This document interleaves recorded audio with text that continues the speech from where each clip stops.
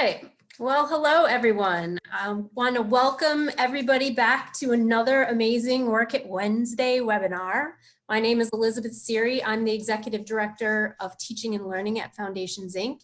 We're the organization that's responsible for hosting the Beyond School Hours National Education Conference. Our Work It Wednesdays are just one way we want to bring a little bit of Beyond School Hours to you, and we've been doing that throughout the summer, and we're hoping to continue on into the fall. Today, we're joined by the amazing Daniel Hatcher and Michelle Owens from the Alliance for a Healthier Generation. Daniel and Michelle are experts in making physical and social emotional wellness fun for the youth that we serve.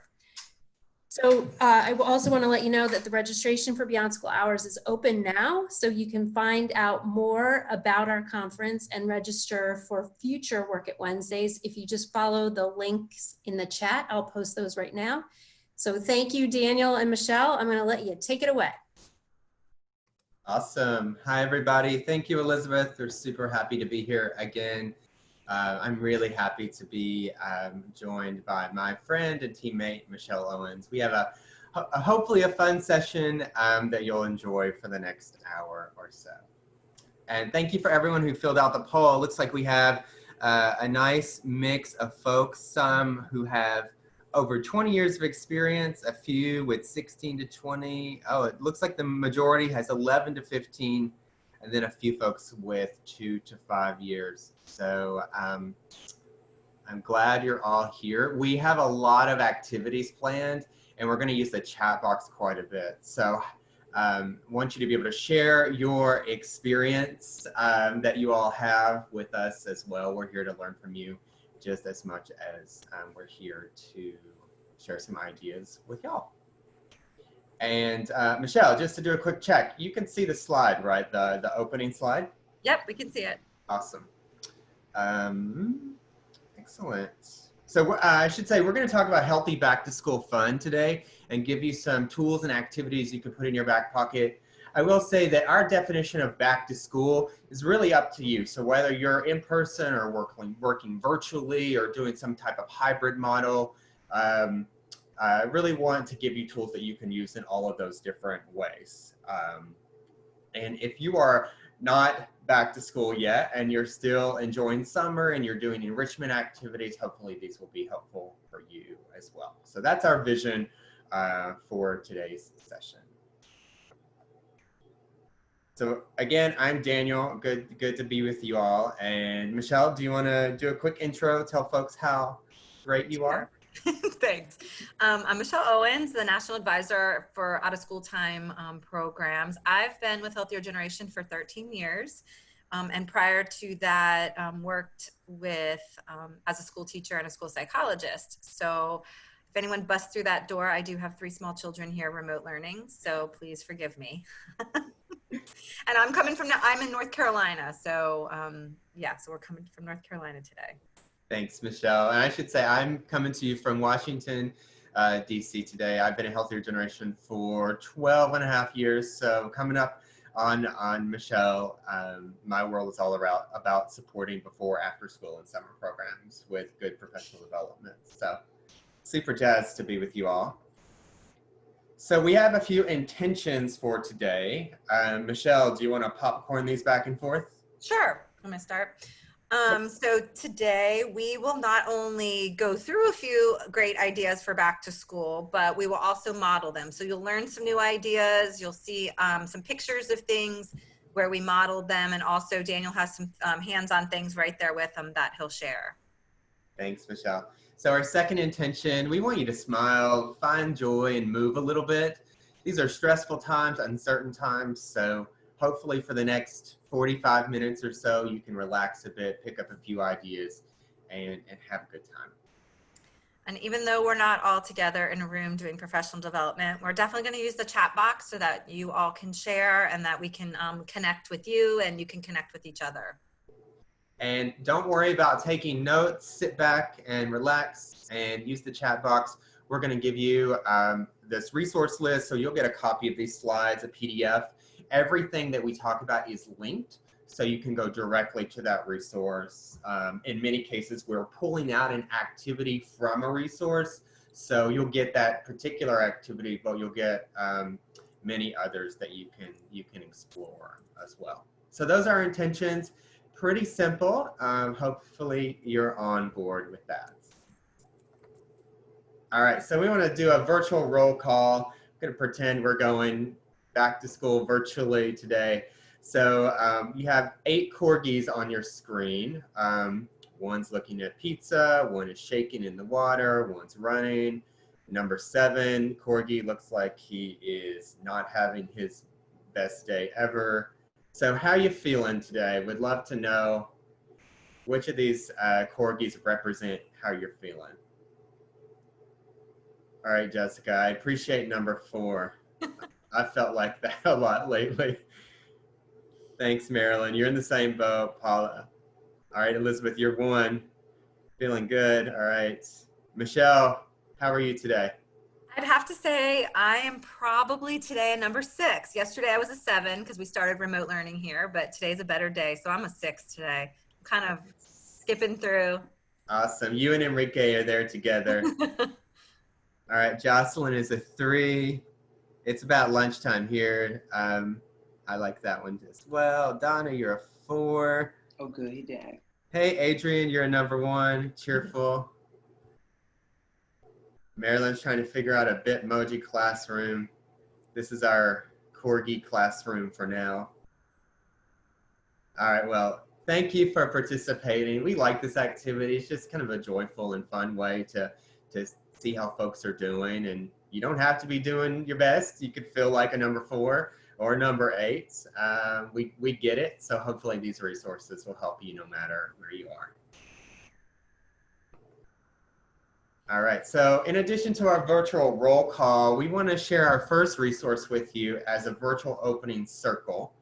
And of course, you know, it can be hard to meet new folks. And Michelle was sharing earlier today on social media about her daughter being challenged meeting a new teacher online. So we hear you that that's challenging. So here's a resource that you can try. This is from our friends at Sanford Harmony. I did a screenshot of the app that they developed. You can get this online, but they also have an app. It's called Sanford Harmony Game Room.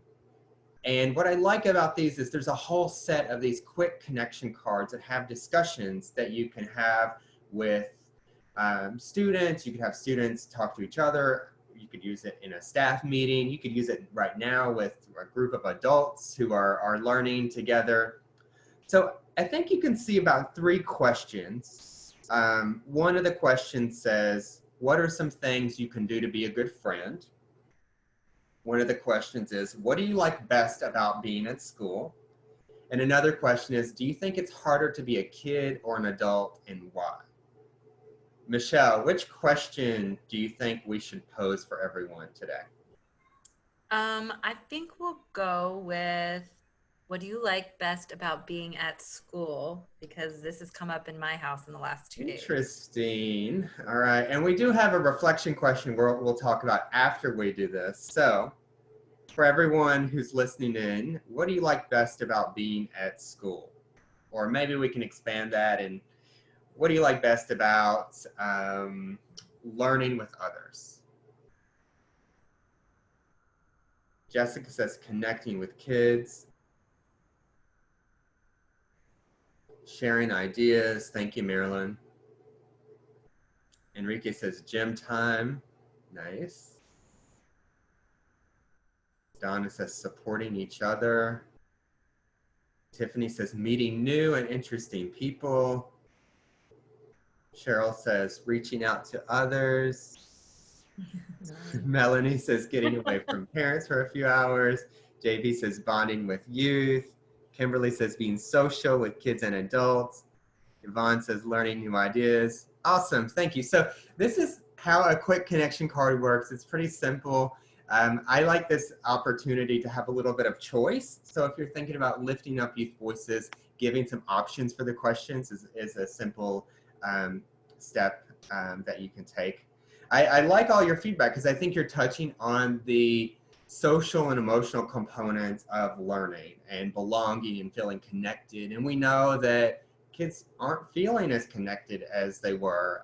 The summer's been tough. So these questions are a good way to hear how folks are doing, share, and we'll give you a lot of extension opportunities for additional conversations as well. And again, you're going to get you'll get a link to all of these resources. This is posted up on the Healthier Generation COVID-19 resource page. So I do have some reflection questions, and I would love to know what you think about this. So identifying and talking to kids about their feelings nurtures a positive sense of self. So tell me one thing you liked about the quick connection cards. What did you like?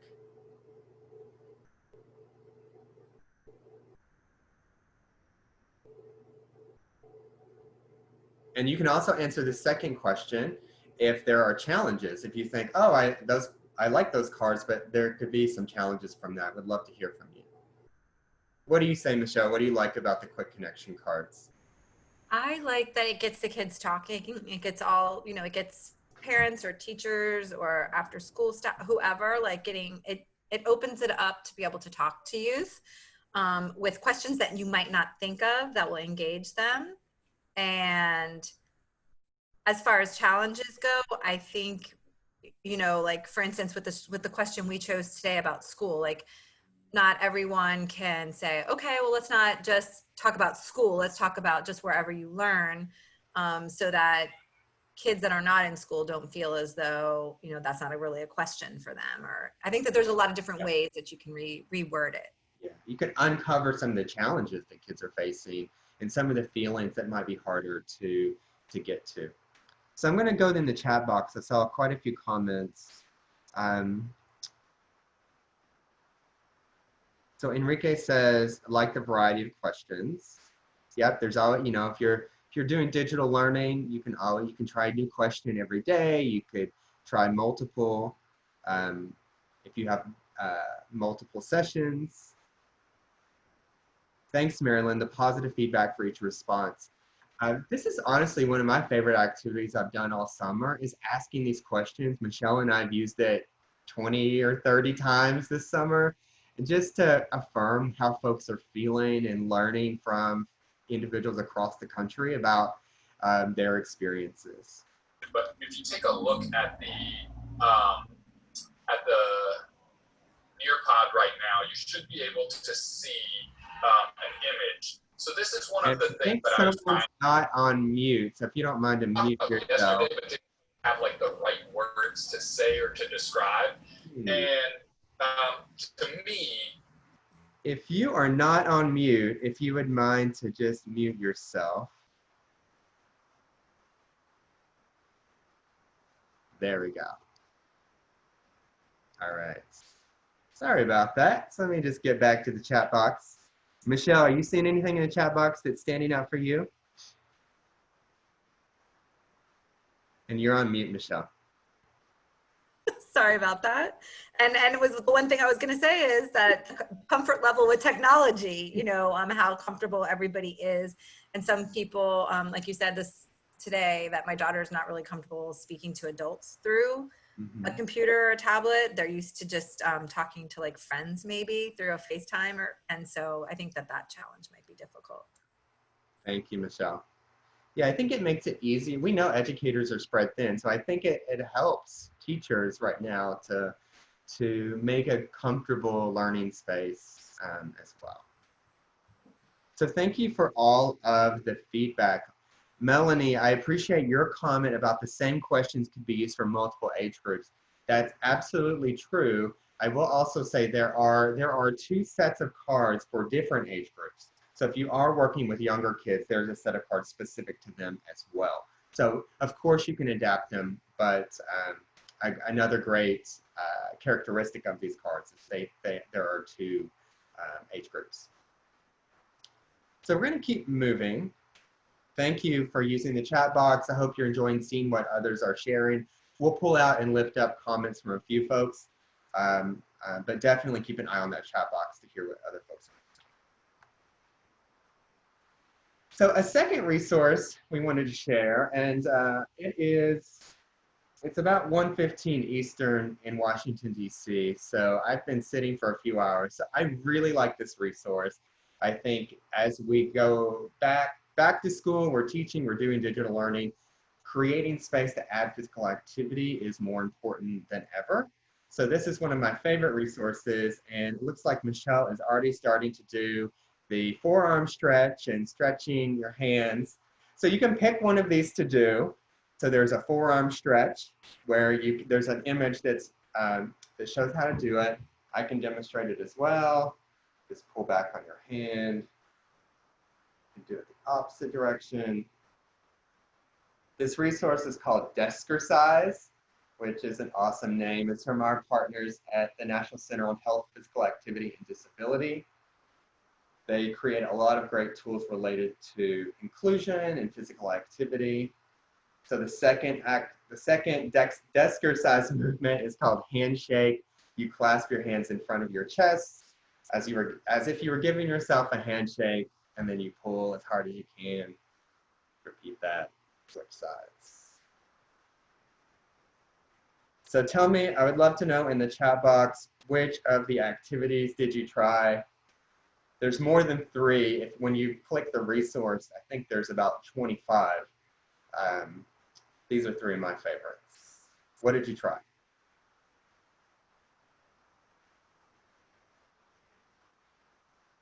I think these are particularly helpful because we're on our computers so much. Yvonne tried all of them. Marilyn tried all of them. And handshake, prayer hands felt great on the shoulders. Forearm stretch. Awesome. All right, so I have a reflection question. So the standards that Healthier Generation encourages out-of-school time providers to follow are the National After-School Association Healthy Eating and Physical Activity Standards. And it encourages kids getting 60 minutes of physical activity a day. And I like Deskercise because it's a simple way to work towards a few of those minutes. So I'd love to know, in the climate that we're in, whether you're learning digitally and virtually or in person or in a hybrid model, why is being intentional about physical activity breaks important now? Michelle, you're an expert in this. Why is being intentional about physical activity breaks important right now? I think it's important because I think that children, especially younger children, will be sitting behind, computers or Chromebooks or tablets, and more so than usual. I know in the school day, they try to transition them around to centers, and, they go to art. And even though those small transitions aren't high physical activity, they're still moving. And they might not be doing that while they're remotely learning, or even if they are in the school building and the teachers and food service staff and everybody's coming to them to keep them in small groups. So I think that physical activity breaks, whether they're home or in the classroom, is more important now than ever. Yeah, I really appreciate you talking about transitions. And I know that's something that's missing from my day. Like, I used to be walking around so much more, but now that I'm just working from home, I'm not going to meetings or I'm not traveling for work, I'm way more sedentary. I did a presentation for the charter school conference, and one participant shared that she used to walk up and down a flight of stairs 15 to 20 times a day. And now she no longer is going up and down that flight of stairs. She was searching for simple ways to add physical activity into our day. I think we're all in the same boat, that those active transition times have definitely been reduced. Let me look at the chat box. So thank you, Kimberly. We all need a break to keep our attention span. Absolutely. Especially when we're staring at a Zoom the majority of our day. Enrique shares remote learning might be pushed for more hours sitting down this upcoming fall. Yep, and as you make a good point, as the weather shifts, it's going to be even harder to get outside when it's not as sunny and warm. Keeping kids from getting bored and tired helps them stay engaged. Go Noodle, that's a really great resource, Tiffany. I know Michelle encourages folks to check out Go Noodle videos.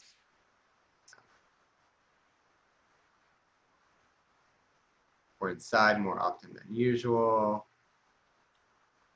Donna, thank you for that, that reality check. Listening to your own children doing virtual classes, their main concern and dislike was sitting for so long. Yep. So hopefully these activities are something you can use. I chose 3 of the sitting activities. There are others that involve getting up and moving around, but these are 3 simple ones, the arm and hand stretches that you can do when you need to sit behind a computer. So we give you a link to the Healthy Out of School Time Standards as well. I think that link takes you to the Healthier Generation Out of School Assessment. So if you're looking for ways to, other ideas around creating healthy environments in the out of school setting, at parks, at local after school programs, that's a good resource to check out. All right. So now the fun part. Michelle and I have been doing this choose your own adventure style workshop the last few weeks. So we have 8 activities that we want to share with you. So the key thing to know is that some of these we're going to do, some of them we'll talk about, some of them will show you some examples, but you're going to get a link to everything. So if we only get to a few of them, no worries, you got a link to all these tools. And of course, you can reach out to Michelle and I at any time. And if you say to yourself, hey, I'd love to have Michelle present to my organization and show us how to do the deck of card workout, we are absolutely happy to talk about supporting you in that.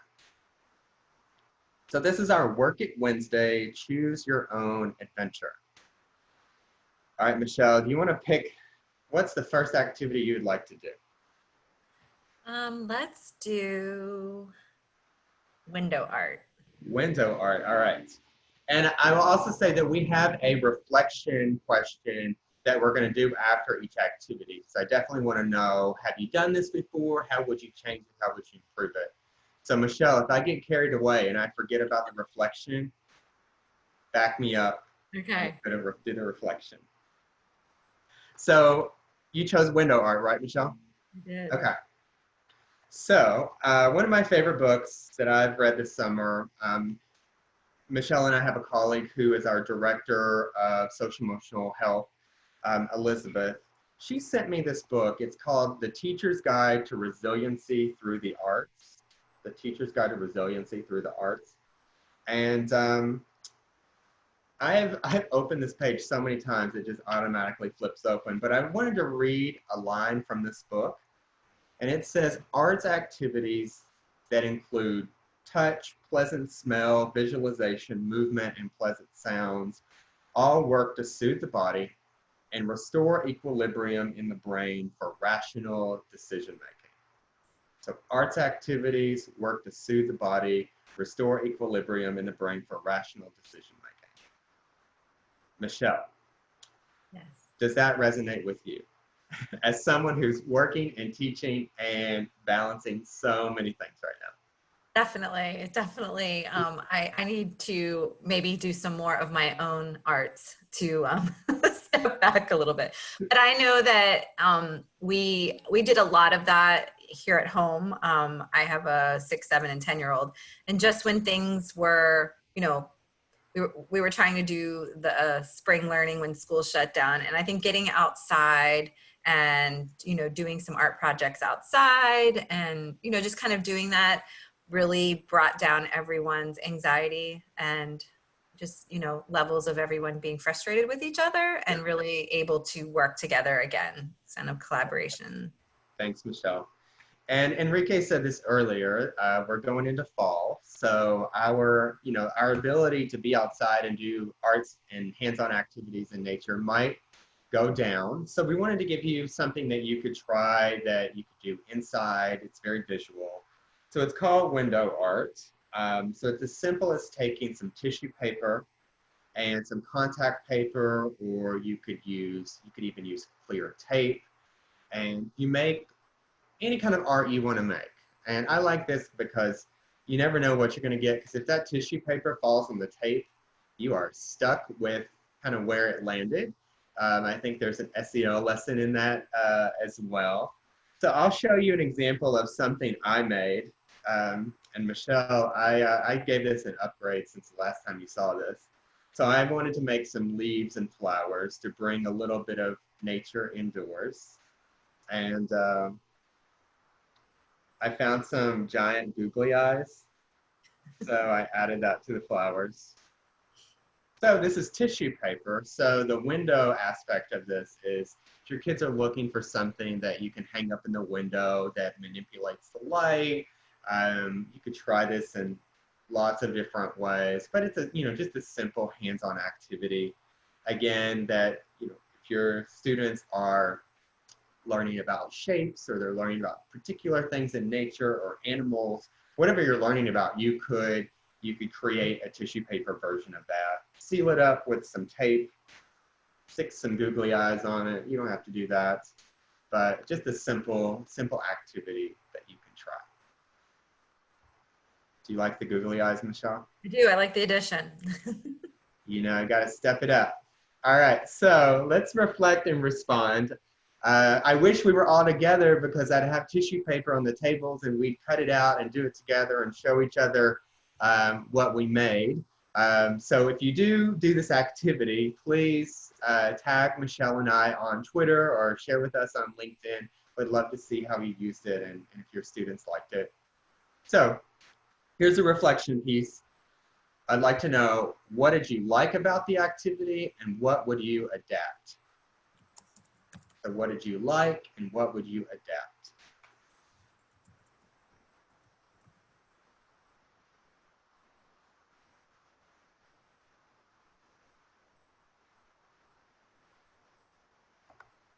And while you're thinking, again, would love to see what you write in the chat box. One of the things I've heard that folks like is that these are supplies that most of us already have on hand. Leftover tissue paper or that roll of tape that's running low or a little bit of contact paper. Thanks, Donna. You like the opportunity for participants to express their creativity. Absolutely. It's open-ended. You can make whatever you want. It's more durable. So it's something that if you're teaching in person, students could take it home. If you're making it at home, it can look like whatever your students want to make, and then you can share that on a video chat. Marilyn says, maybe use toilet paper if they don't have colored tissue. Love that. I think if we have to look at all these activities from an equity lens and think, I've got a stack of green tissue paper, not everyone has that. So how can we use tools and resources that everyone has access to? Wrapping paper, thank you, Elizabeth. Donna says, I would adapt as necessary for participants with sensory sensitivities. You had students that did not like the feel of sticky tape. Really great point. I heard that in a previous workshop that Michelle and I did as well. Again, you adapt this, take it, use it however you like. If you don't like it, you don't have to use it. Hopefully, if you come up with an adaptation, you'll share it with us because we're always learning. Thanks, Yvonne. Not a lot of supplies. Absolutely. Keeping it simple. All right, do a time check. I'm going to go back to the slide that has the 8 choices. All right, what would you like to do next? So write in the chat box which number you would like to see next.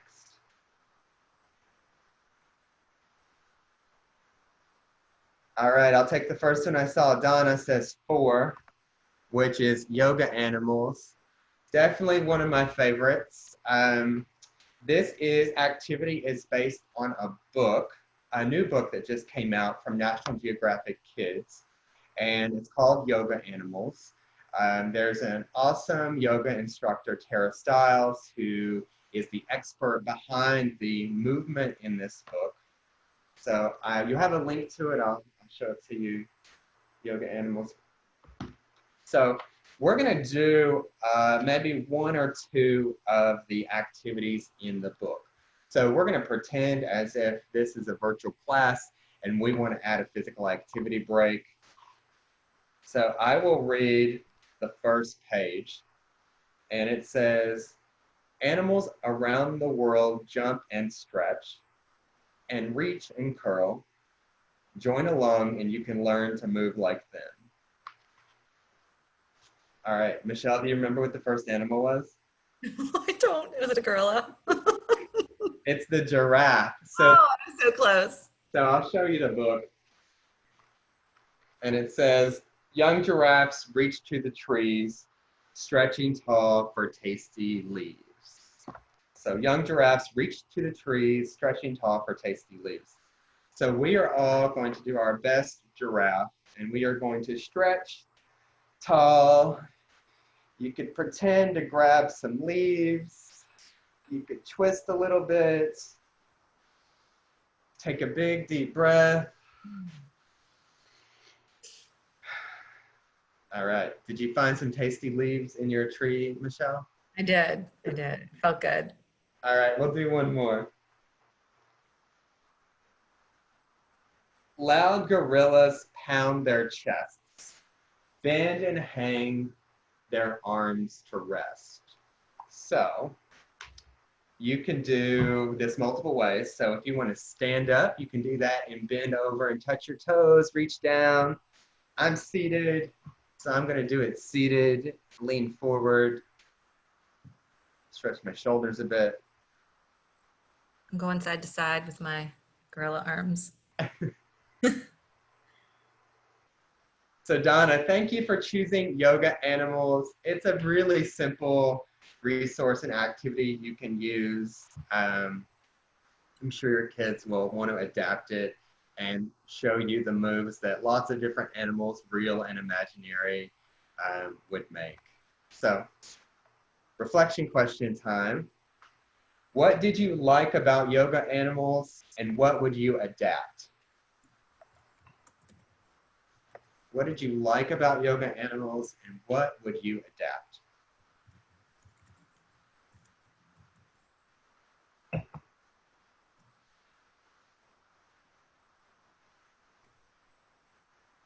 I really like that point, Michelle, extension activities. There's so many ways you could fold in STEAM and STEM, learning about wildlife, learning about what animals eat. You could use that as an extension to talk about healthy eating. Donna says, allowing kids to imagine being the different animals. Absolutely, just being creative and imaginative and, you know, closing your eyes and pretending to be an animal and moving a bit, which is the exact opposite of focusing on a screen and, you know, thinking about the challenges and uncertainty that are going on. And like you said, oh, go ahead, Michelle. I was just going to say, like you said, I think that even though it seems like as a read aloud book, it's focused really for very young children, but I think there's a great opportunity to, like you said, expand into maybe like a National Geographic platform for kids or like something like that where they can choose one of the animals to kind of build on their knowledge of them. Excellent, thank you. Marilyn says, stretching feels good, imagining the animals moving. Chandler says, only limited by kids' imagination. You could do Yoga Animals for as long as you want or for as short as you want. So we did, 2 stretches that probably took 2 minutes, but you could read an entire book. You could have kids take turns sharing their animal. You could have them make up their own. So you could expand this to take up as much time as you have allotted. Amy says, do a virtual tour to see the habitat. Absolutely. Actually, one of the other resources I'll share actually will take you to the National Zoo, which has a whole set of virtual tours for the different animals. You can watch their webcams to see what the baby cheetahs are doing. You can watch a beaver cut down a tree. So lots of different pathways and things to explore. Enrique shared using animals to get students to do yoga. I would do weekly stretches so students can read it in newsletters. I think that's a really great point. This is, engaging families is a priority for Healthier Generation, and we try and create simple ways that families and kids can move together and build connections between educators and families. I think this gives you something that you could share with families. You could have families do the stretches together. So again, lots of different ways that you can use this. Anything else you want to add on yoga animals, Michelle?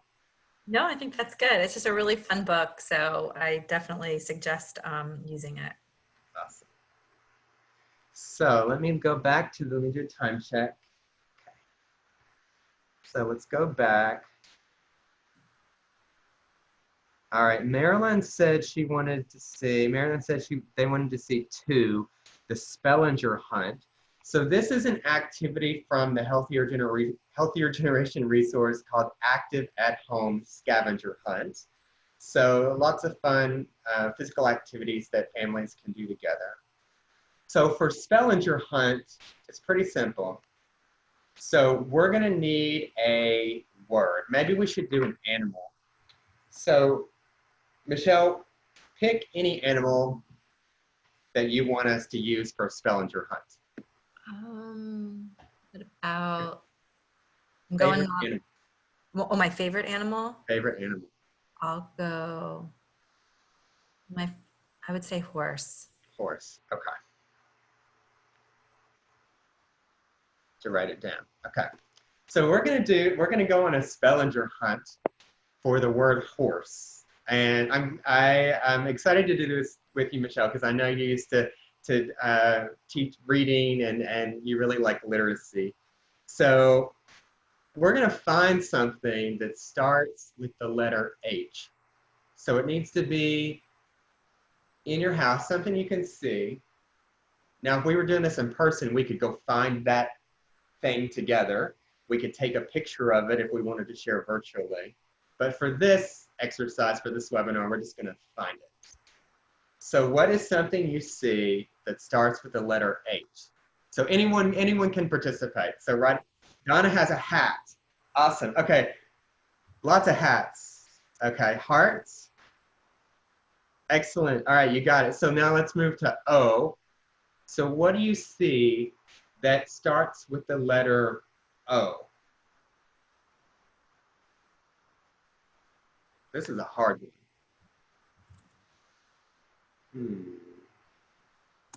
What do you see that's an orange? Awesome, Donna. I thank you for linking that back to healthy eating. Ojos.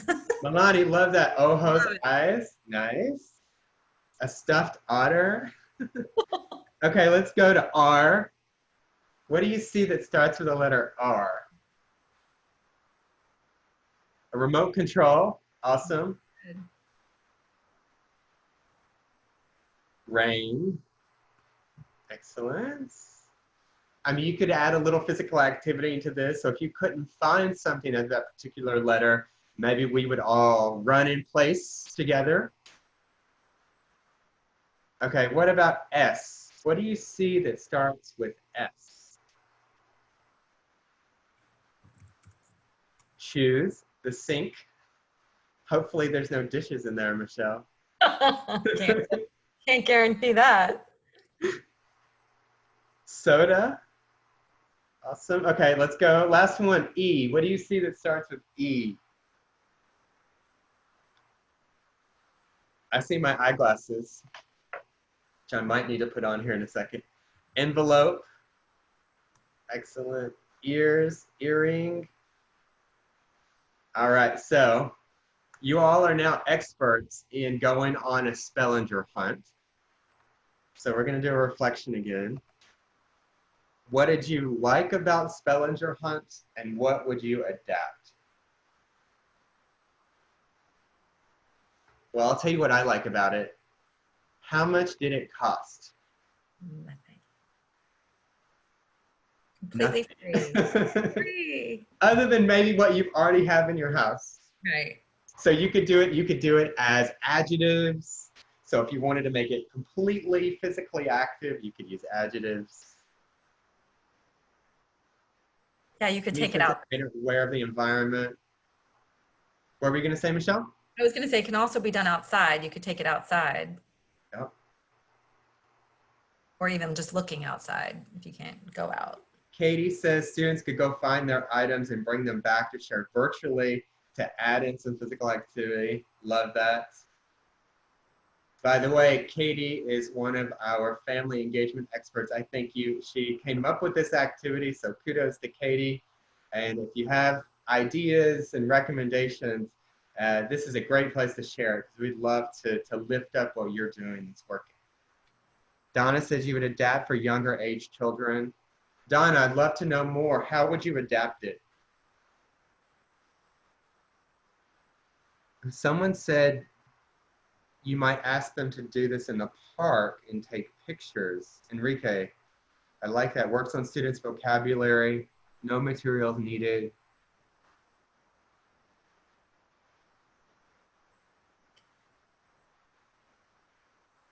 Any other adaptations? Oh, Donna says easier words or activities. Yeah.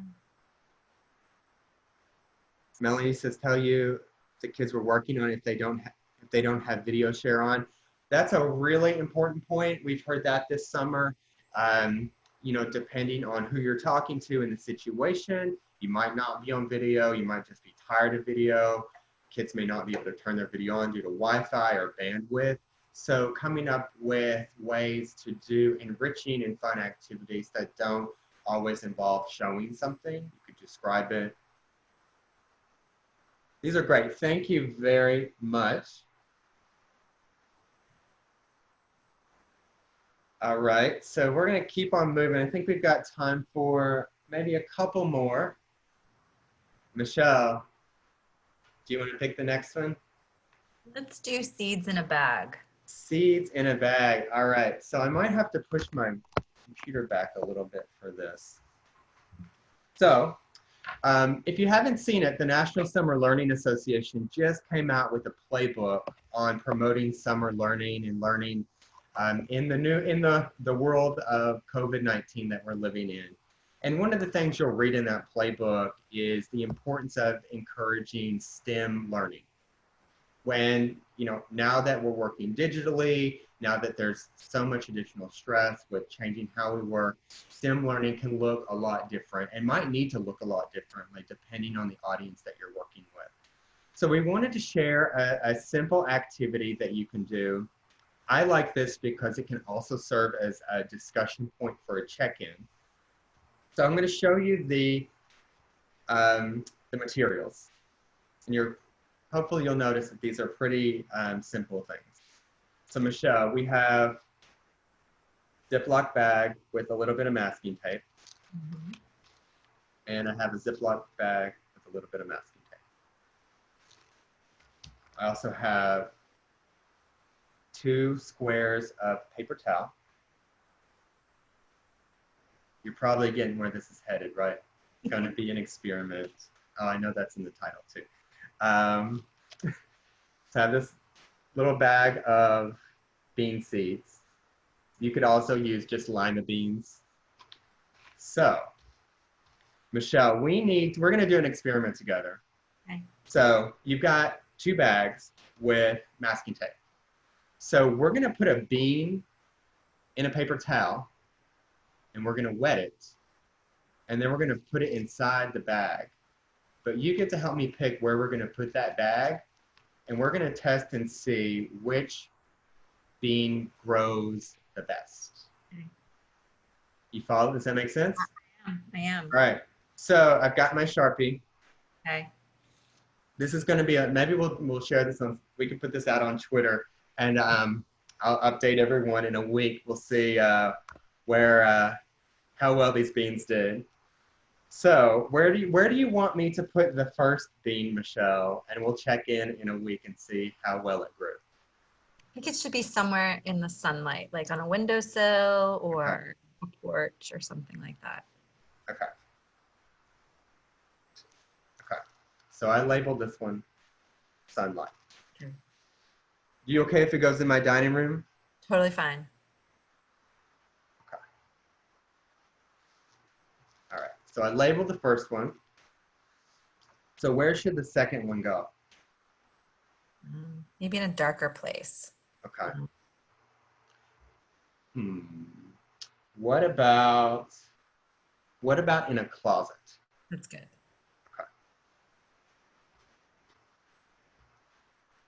Okay, I labeled that one as well. Okay. All right. So, opening the beans. So I'm going to put 2 beans on each paper towel. Maybe I can hold it up here. These beans are really dark. Can you see it? We can. All right, so I'm going to put those in the paper towel. And I've got this little spray bottle. So I'm spraying the beans. You might be able to hear it. All right, Michelle. So I roll them up. The beans are in the wet paper towel. And now I'm going to put them in the Ziploc bag. So this one's going to go in the closet like you recommended. Okay. This one is going to go in my dining room so it can get nice amounts of sunlight. So what do you think? In a week? Check on it in a week? Yep. See what's going on. So I'm going to put the date on there as well. So today's date is August 19. 19th. Okay. So simple. What do you think, Michelle? I think Pretty it's simple? good. Pretty simple. All right. So I'm going to take a photo of these, and I will update you all in a week on Twitter. And Michelle, we'll see which of those beans grew the best. Okay, sounds good. So that activity actually came from the National Science Teachers Association. They have a book called Eureka. I'm Valerie Brown. So you'll get a link to that resource. But I'd like to know, what did you like about October that 16, activity? 1956. So if you're not on mute, if you wouldn't mind, put yourself on mute. Okay, so I was calling to check on the status of the 2 If you're not accounts on mute, if you for. don't mind to put yourself on mute. There we go. All right, so what did you like about seeds in a bag? And what might you adapt? What I liked about the activity is we always have plastic bags around and some tape, so that's pretty easy, and paper towels. And then I like that it's inexpensive because you can get a bag of seeds for like 50 cents at the dollar store or $1. You know, it's very inexpensive. And I like that I got to choose where it went. So I have an impact on which one might grow better than the other. And if I was your new teacher and we had never met, Michelle, if our first conversation or second conversation, we're doing an activity together, you've got all the choices in the world, and we're going to check in together in a week, how do you think that might support social emotional health and learning? I think it helps kind of that team building, kind of class building, getting to know, even if in a virtual world, because we're all kind of having a say in it and we're all kind of waiting for the results of it. So it kind of brings in some awareness of, you know, what participation I had in it as a new student, and then my teacher or whoever letting me kind of give input as to where it goes. And, you know, you could even take it a step further and be like, how big do you think the bean would open? How big do you think it would be? You know, taking it kind of a little bit further with then coming back together and measuring it and how far it grew. So I like kind of all of that you make those connections. There's so many questions you can ask. and dialogue and test, and you could create a chart to check in the week and write down your observations. You can make another hypothesis of what happens if I take it out of the paper towel. What if I move it? What if I keep it the same? So there's so many different variables that you can play around with. All right, let's go to the chat box. Thank you all for sharing. Anne says it's great activity for younger students. Absolutely. I actually this summer took lemon seeds from a lemon, just a regular grocery store lemon, and was able to regrow those lemon seeds, and it grew into a little plant as well. So working with younger kids, you know, there's like so much around imagination and, you know, learning about food and something that's very tactile that you can explore. And Enrique, you talk about that connecting back to gardening projects. It's a cool experiment. Non-expensive supplies, like underline that multiple times. I think everything Michelle and I want to share is inexpensive and things that you can try that won't cost very much. Donna says it built a sense of community. Marilyn says, love the visual of watching the beans grow. Absolutely, you could do a whole lesson on parts of a plant and look at the roots and stem. There's, of course, a lot of arts connections there as well. You could do your own scientific drawing of the bean. Great. Again, you'll get a link to that so you can try out that experiment. And after today's webinar, I'll take some photos and we'll put those on Twitter. Michelle, can you put your Twitter handle in the chat box? Because I'll tweet this to you, Okay. and we'll check in on it. So for time, we're going to keep moving. So I'll go back to the Choose Your Own Adventure. So you're going to get the resource. You'll get a link to all these activities. I know we only got to a few of them today. Again, if you want to learn more, you want to set up a webinar or a virtual class with Michelle and I, we're going to give you our email in just a second. So we have an opportunity for a few folks if you're in a select group of states. This is a project that Michelle oversees. So I'll turn it over to her to tell you about our Healthy Out of School Time Train the Trainer program. Okay, thanks, Daniel. I'll just go through it really quick, and then if you want more information, like Daniel said, you can just reach out by email. So 4 years ago, we were funded by the Center for Disease and Control to work with states around healthy eating, physical activity, and social emotional learning. And so we created a training that kind of works with connecting schools and out of school time programs to support each other as partners in this work. And then also, you know, following the HEPA guidelines and also the whole child model from the CDC, and how we can support the work that's being done. And it's funny, we've been doing it for a while. We've been doing lots of webinars and trained a lot of folks throughout the country in the last 4 years on an on-site Train the Trainer program. And so because of COVID this year, our Train the Trainer will be virtual. We will promise it will be engaging and fun. And we're going to switch it up a little bit to really identify some of the concerns, issues, supports that are needed by OST programs right now because of this virtual environment that we're in. And really, we've been listening to what a lot of out-of-school time educators have said that are the needs. And so we're trying to switch that up a little bit. So it'll look a little different this year than the previous 4 years. But if you are in any of these states, please reach out to us. These are the prioritized states for this year. If you're not in any of these states, we still do quarterly webinars and a lot of professional development online. So if you email me, I can get you put on the listserv of our newsletter, and then that'll direct you to any of the different trainings we're having, webinars, also some of our other initiatives of social emotional health and family engagement that we're working on. Thanks, Michelle. So you have our emails here. You'll get a copy of this so you can reach out to us. Michelle put our Twitter handle in the chat box as well, so that's another way you can connect with us.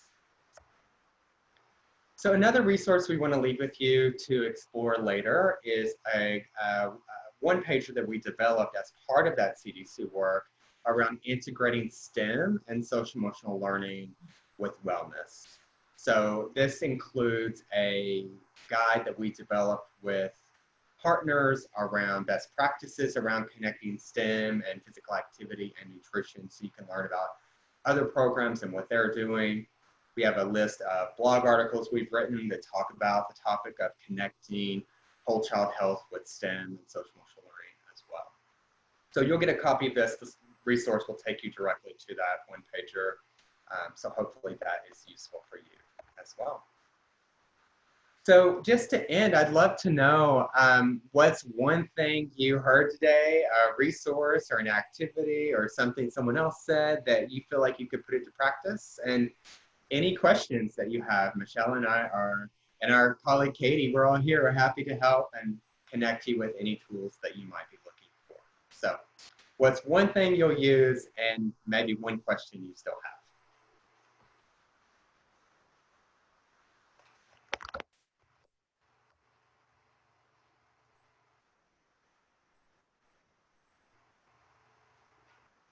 And I'll go back to the Choose Your Own Adventure list. Thanks, Donna. I'm glad you'll use the resources. And let us know what works for you, how you adapt it. I think our best ideas come from learning from others and connecting and sharing as well. Thanks, Donna. Awesome, Jess. We all need a break. Yes. Thanks, Enrique. Activities to do, upcoming remote learning month. Absolutely. The vision here is that you can adapt these, use them in whatever setting that you have.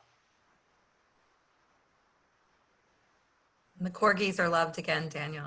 All right, awesome. The corgis will stay. I think that was Katie Hodgins, our family engagement expert's idea. The question cards, I'm glad you like the Sanford Harmony cards. They're really easy to use. A lot of fun. They're fun for a facilitator and a teacher if you're trying to learn more about the folks you're talking to as well. And it avoids that question of, how are you doing? Don, I'm glad you like to choose your own adventure. When you get these resources, you're more than welcome to, you could replicate this. You could teach choose your own adventure as well. We'd love to know the activities and the adventures that you come up with.